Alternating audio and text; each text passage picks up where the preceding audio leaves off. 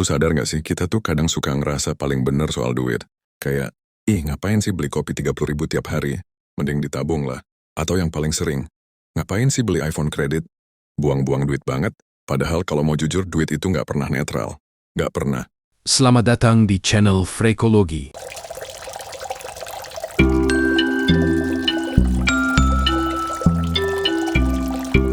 Duit itu bukan cuma soal angka, bukan cuma logika. Apalagi sekadar tips dan trik dari financial planner.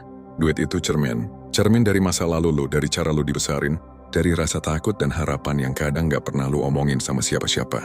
Gue pernah punya temen, setiap awal bulan langsung beli barang-barang branded. Gak tanggung-tanggung, bisa habis jutaan dalam sehari. Dulu gue mikir, ya Allah, ini orang gak mikir masa depan apa ya? Tapi makin gue kenal, makin gue ngerti. Dia itu dulunya hidup susah, gak pernah punya barang baru. Waktu kecil sering dibully karena bajunya lusuh, sepatunya bolong. Sekarang setiap dia beli sesuatu yang mahal, dia ngerasa punya kendali. Dia ngerasa berharga. Nah, ini yang disebut sama psikolog kayak Clance and Britt sebagai financial script. Atau bahasa gampangnya naskah hidup lu soal duit. Ini kayak skrip film tapi yang nulis bukan lu. Yang nulis itu orang tua lu, lingkungan lu, pengalaman pahit waktu kecil, trauma yang gak pernah selesai. Dan lu terus main di skrip itu tanpa sadar. Lu jadi orang yang gampang banget stres tiap kali keluar duit. Lu jadi orang yang gak bisa minta bantuan finansial walau lagi kepepet, atau sebaliknya. Lu jadi orang yang boros banget karena takut kehilangan momen. Semua itu bukan karena lu bodoh, tapi karena otak lu udah bikin skrip dari dulu. Misalnya orang tua lu dari dulu selalu ribut soal duit.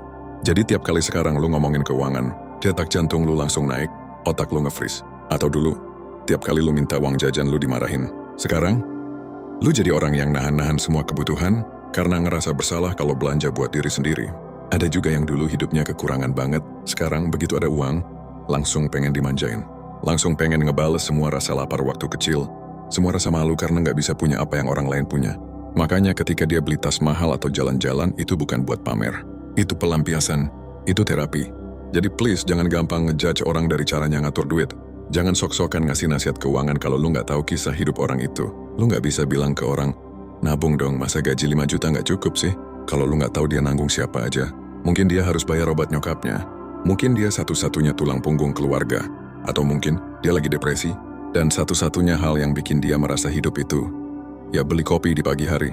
Lu juga nggak bisa asal bilang, invest dong biar cepet kaya. Karena buat sebagian orang investasi itu bukan prioritas. Prioritas dia adalah bertahan hidup hari ini. Dan kadang, satu-satunya cara dia bertahan adalah ngerasa hidup itu nggak seburuk itu, walaupun harus beli sesuatu yang menurut lu nggak penting. Kayak itu bukan soal angka, kayak itu soal perasaan. Kalau lu ngerasa cukup, lu bisa tenang. Tapi kalau lu ngerasa miskin terus, walau saldo lu banyak, lu tetap akan ngerasa kurang. Dan ini yang sering dilupain. Banyak orang belajar saham, belajar kripto, ikut seminar, baca buku tentang jadi kaya, tapi lupa nanya ke dirinya sendiri. Sebenarnya gue cari uang buat apa sih?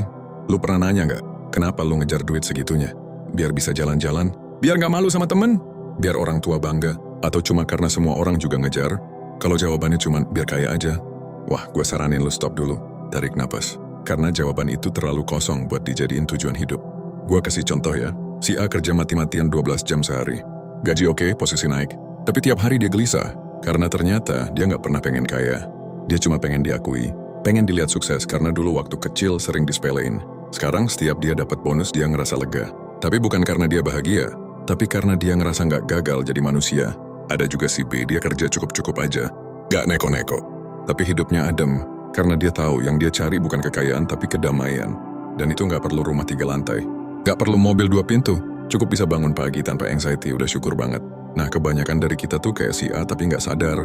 Kita jalan di treadmill keuangan tanpa nanya, gua mau kemana? Dan makin banyak kita dapat, makin kosong rasanya. Makin banyak target, makin berat beban yang harus ditanggung. Karena tujuan hidup kita bukan bahagia tapi menang. Dan ironisnya gak ada garis finishnya. Uang itu penting banget, tapi uang gak pernah netral. Uang tuh nempel sama emosi, sama luka, sama cerita.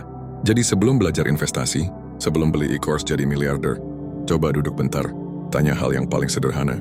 Apa arti uang buat gua? Kalau jawabannya belum jelas, lu belum siap jadi kaya. Karena kalaupun lu punya banyak, lu bakal takut kehilangan. Dan orang yang takut kehilangan, ujung-ujungnya bakal jadi hamba duit juga, bukan tuan.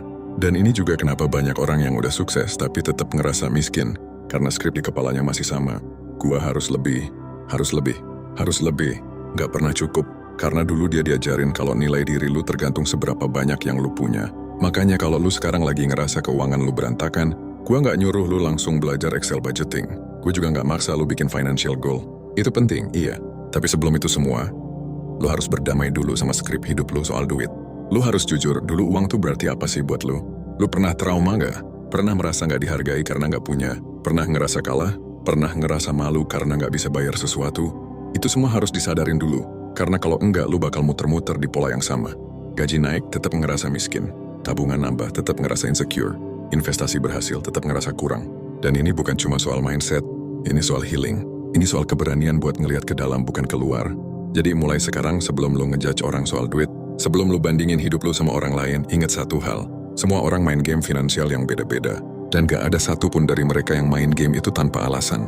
Jadi bukannya kita butuh nasihat keuangan yang lebih banyak, kita butuh empati, ke diri sendiri, dan ke orang lain. Karena di balik setiap keputusan finansial, selalu ada cerita yang gak kita tahu. Dan buat lu yang ngerasa udah capek ngejar duit tapi tetap gak bahagia, mungkin jawabannya bukan di angka, tapi di naskah hidup lu yang perlu ditulis ulang. Kalau lu ngerasa ini relate, gue saranin lanjut ke segmen 2. Karena di sana, kita bakal bahas kenapa orang miskin dan orang kaya itu sering jatuh ke lubang psikologi yang sama, cuma dengan cara yang beda. So, sampai ketemu di sana, kita sering banget ngelihat orang sukses terus ngerasa hidup kita jauh banget dari mereka. Tapi kita jarang mau ngelihat apa yang terjadi sebelum dia sukses. Kita cuma ngelihat momen dia di atas panggung, tapi lupa bahwa ada tahun-tahun dia jungkir balik di belakang layar. Dan lebih penting lagi, kita juga nggak pernah bener-bener paham apa aja sih kebetulan-kebetulan yang bantu dia sampai titik itu. Gue kasih contoh konkret ya, Bill Gates. Anak ini lahir di keluarga yang cukup berada, punya akses ke pendidikan yang bagus, dan ini penting, sekolahnya termasuk sedikit dari sekolah di dunia yang udah punya akses komputer di tahun 1970-an. Tahun segitu tuh ya, komputer masih segede lemari bro. Belum ada laptop tipis, belum ada internet, belum ada YouTube tutorial. Kalau lu pikir-pikir, itu bukan cuma dia pinter, tapi juga dia ketemu teknologi yang pas di waktu yang pas, dengan akses yang gak semua orang punya. Nah sekarang kita geser ke Warren Buffett. Dia itu orang yang udah nabung dan investasi dari umur 11 tahun. Coba bayangin, anak umur segitu sekarang baru ngerti cara bikin akun TikTok. Warren udah belajar pasar saham, tapi yang bikin dia istimewa bukan cuma karena dia investasi, tapi karena dia sabar. Dia tahan puluhan tahun invest, gak buru-buru panen. Bahkan dia pernah bilang sendiri kalau sebagian besar kekayaannya baru muncul setelah umur 50 tahun.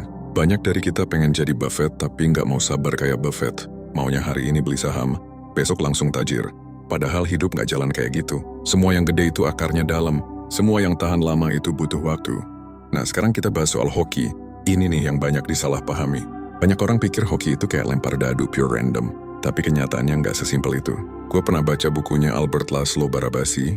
Judulnya The Formula. Isinya ngebahas tentang gimana sih kesuksesan itu sebenarnya bisa dijelaskan pakai pola. Dan salah satu poin terkuat dari buku itu adalah kesuksesan itu nggak selalu soal siapa yang paling hebat, tapi siapa yang siap, konsisten, dan muncul di waktu yang pas. Lu bisa jadi orang paling jenius di bidang lu, tapi kalau lu muncul di momen yang salah, ya lewat aja gitu. Dunia nggak akan sempat notice. Gue kasih contoh lagi, banyak kreator konten sekarang jadi terkenal, bukan karena mereka paling lucu, paling pinter, atau paling ganteng, tapi karena mereka konsisten ngepost, terus tiba-tiba satu video kebetulan kena algoritma.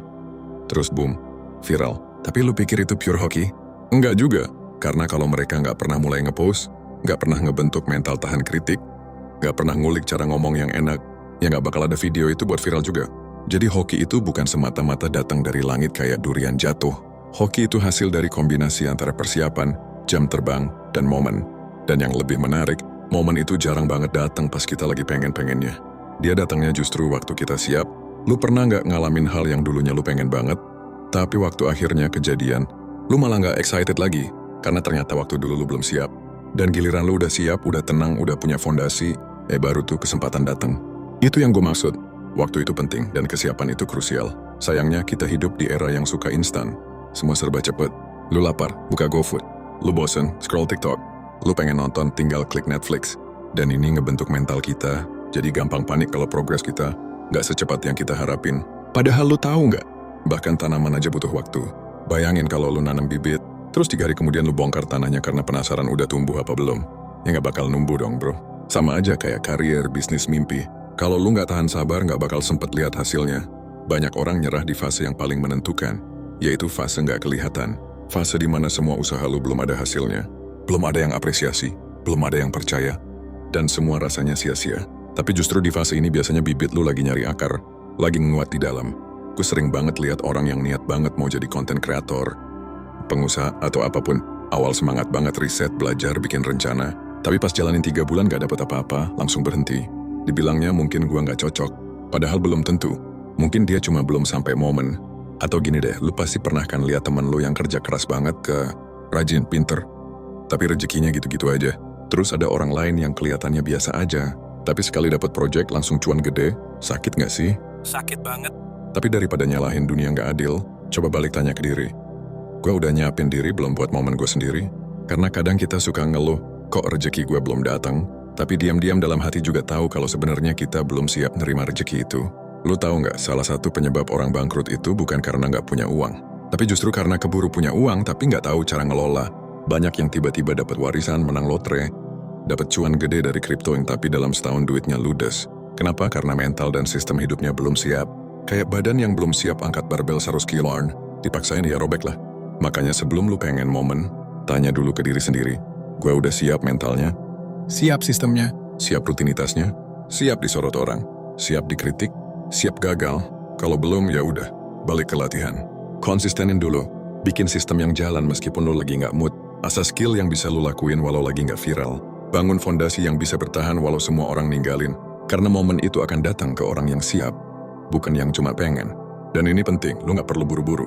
Karena jalan sukses orang beda-beda. Ada yang di umur 20 udah punya startup, ada yang di umur 40 baru nemu passionnya, ada yang rezekinya dari medsos, ada juga yang justru tenang banget hidupnya jauh dari spotlight. Jadi jangan bandingin timeline lu sama orang lain. Fokus aja siapin panggung lu sendiri. Karena giliran lampu sorot nyala, lu nggak punya waktu lagi buat belajar improvisasi. Semua harus udah siap. Dan satu lagi, lu nggak sendirian. Semua orang di balik layar tuh juga lagi gelisah, takut, nggak yakin, nggak sabar. Tapi yang ngebedain mereka sama yang gagal adalah mereka tetap jalan meskipun pelan. Jadi daripada nunggu hoki, mending lu siapin diri. Karena ketika persiapan ketemu momentum, di situ hoki lahir. Dan ingat, kaya itu bukan cuma saldo di rekening, tapi gimana lu bisa tenang di tengah chaos, gimana lu bisa punya waktu buat orang yang lu sayang, dan gimana lu bisa ngatur hidup lu sendiri tanpa jadi budak validasi. Itu semua nggak terjadi dalam semalam, tapi akan kejadian kalau lu sabar, konsisten, dan siap. Lu pasti pernah lihat berita tentang orang yang tiba-tiba kaya karena menang undian, dapat warisan, atau kripto yang tiba-tiba meledak. Awalnya semua kelihatan keren, mobil baru, rumah gede, liburan keliling dunia. Tapi nggak sampai 5 tahun, hidupnya balik lagi kayak dulu, bahkan kadang lebih parah.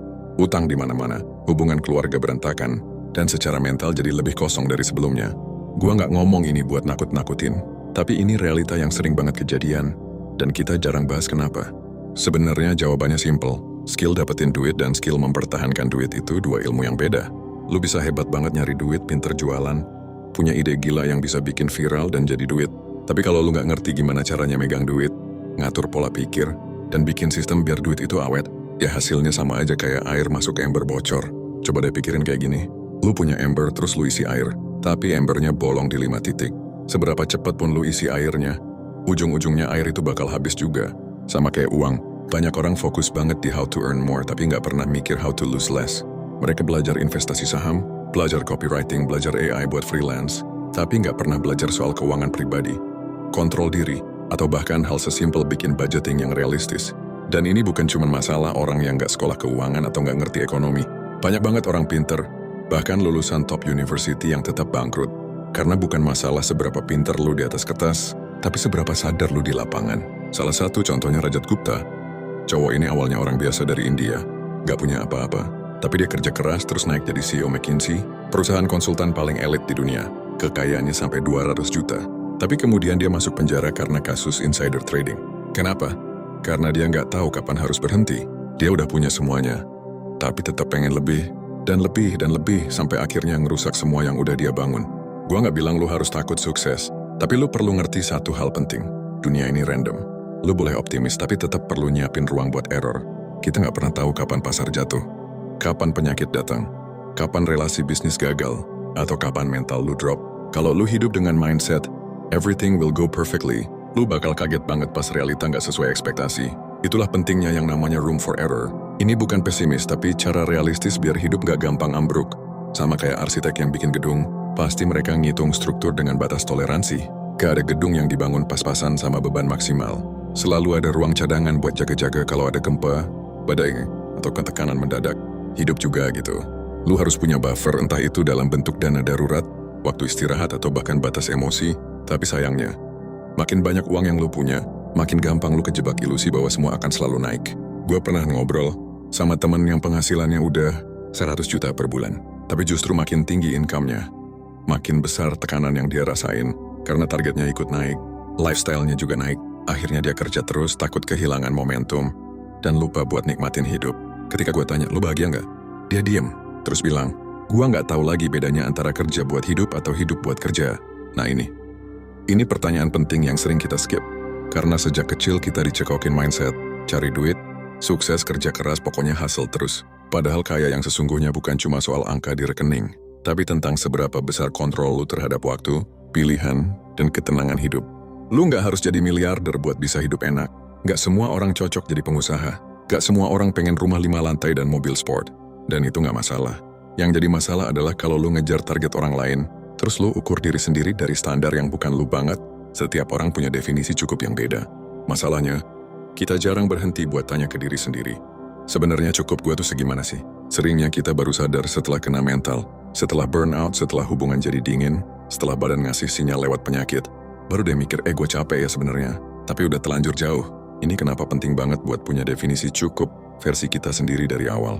Gak usah ngikutin Instagram orang. Karena lu gak pernah tahu di balik foto-foto pamer itu, orangnya sebenarnya kayak gimana. Daniel Kahneman, peneliti yang dapat Nobel karena ngebahas bias otak manusia, pernah bilang kalau kita itu sering banget overestimate potensi kita dan underestimate risiko. Kita mikir gue bisa kok 10 hari lipat dari sekarang. Tapi kita lupa bahwa yang kita lewatin kemarin itu gak bisa jadi jaminan besok akan semulus itu. Banyak faktor eksternal yang bisa berubah tanpa izin. Dan kalau kita gak nyiapin mental buat itu, kita bakal kaget. Atau lebih parah, denial. Gue pernah lihat langsung temen yang dapat project gede, gaji ratusan juta. Awalnya happy, tapi pelan-pelan dia mulai kebiasaan hidup mewah. Belanja tanpa mikir, tiap weekend staycation, gadget baru terus. Pas projectnya selesai dan income-nya balik ke normal, dia stres berat karena lifestyle-nya nggak bisa dia turunin. Dia udah kadung merasa itu normal barunya. Padahal bukan. Itu cuma momen sesaat, bukan pondasi. Di titik itu, gue makin yakin bahwa yang lebih penting dari dapat duit banyak adalah ngerti cara jalanin hidup dengan duit yang kita punya sekarang. Kayak itu bukan cuma angka, tapi cara kita bersikap terhadap angka itu. Lu bisa punya gaji 5 juta tapi bahagia, punya waktu buat keluarga, mental sehat, dan tidur nyenyak. Atau lu bisa punya gaji 100 juta, tapi nggak pernah bisa duduk tenang tanpa mikirin besok harus kerja, apalagi buat nutup cicilan yang makin banyak. Jadi kalau lu tanya ke gua sekarang apa definisi kaya? Jawabannya bukan sekadar saldo rekening, tapi kesadaran. Kesadaran bahwa hidup itu bukan perlombaan tapi perjalanan. Kesadaran bahwa lu nggak perlu jadi orang paling kaya, cukup jadi orang yang nggak terus-menerus dikejar kekhawatiran tentang uang. Karena tenang itu mahal. Dan seringkali, ketenangan justru hadir saat kita berani bilang, udah cukup kok segini. Wealth is not just what you earn, it's what you can keep and what you can walk away from. Ini dalam banget. Lu kaya bukan karena lu punya segalanya, tapi karena lu bisa milih apa yang mau lu simpen dan apa yang berani lu lepas. Termasuk melepaskan ambisi yang udah gak relevan. Termasuk melepaskan tekanan dari luar yang nyuruh lu jadi seseorang. Padahal lu nyaman jadi diri sendiri. Kalau gue boleh kasih saran dari pengalaman pribadi dan ngamatin banyak cerita, mulai sekarang coba bikin pertanyaan buat diri sendiri yang kayak gini. Kalau penghasilan gue tetap segini 5 tahun ke depan, apa yang harus gue ubah biar tetap hidup enak? Atau apa yang sebenarnya gue kejar selama ini? Pengakuan,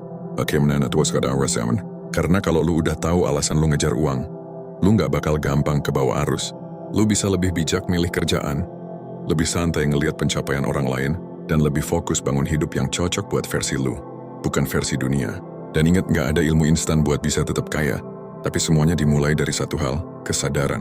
Kesadaran buat ngerti kapan gas, kapan rem, dan kapan cukup itu cukup. Kalau lu rasa video ini bermanfaat, share ke orang terdekat lo dan jangan lupa buat komen, like, dan subscribe. Semoga kebaikan akan selalu mengalir di jalannya.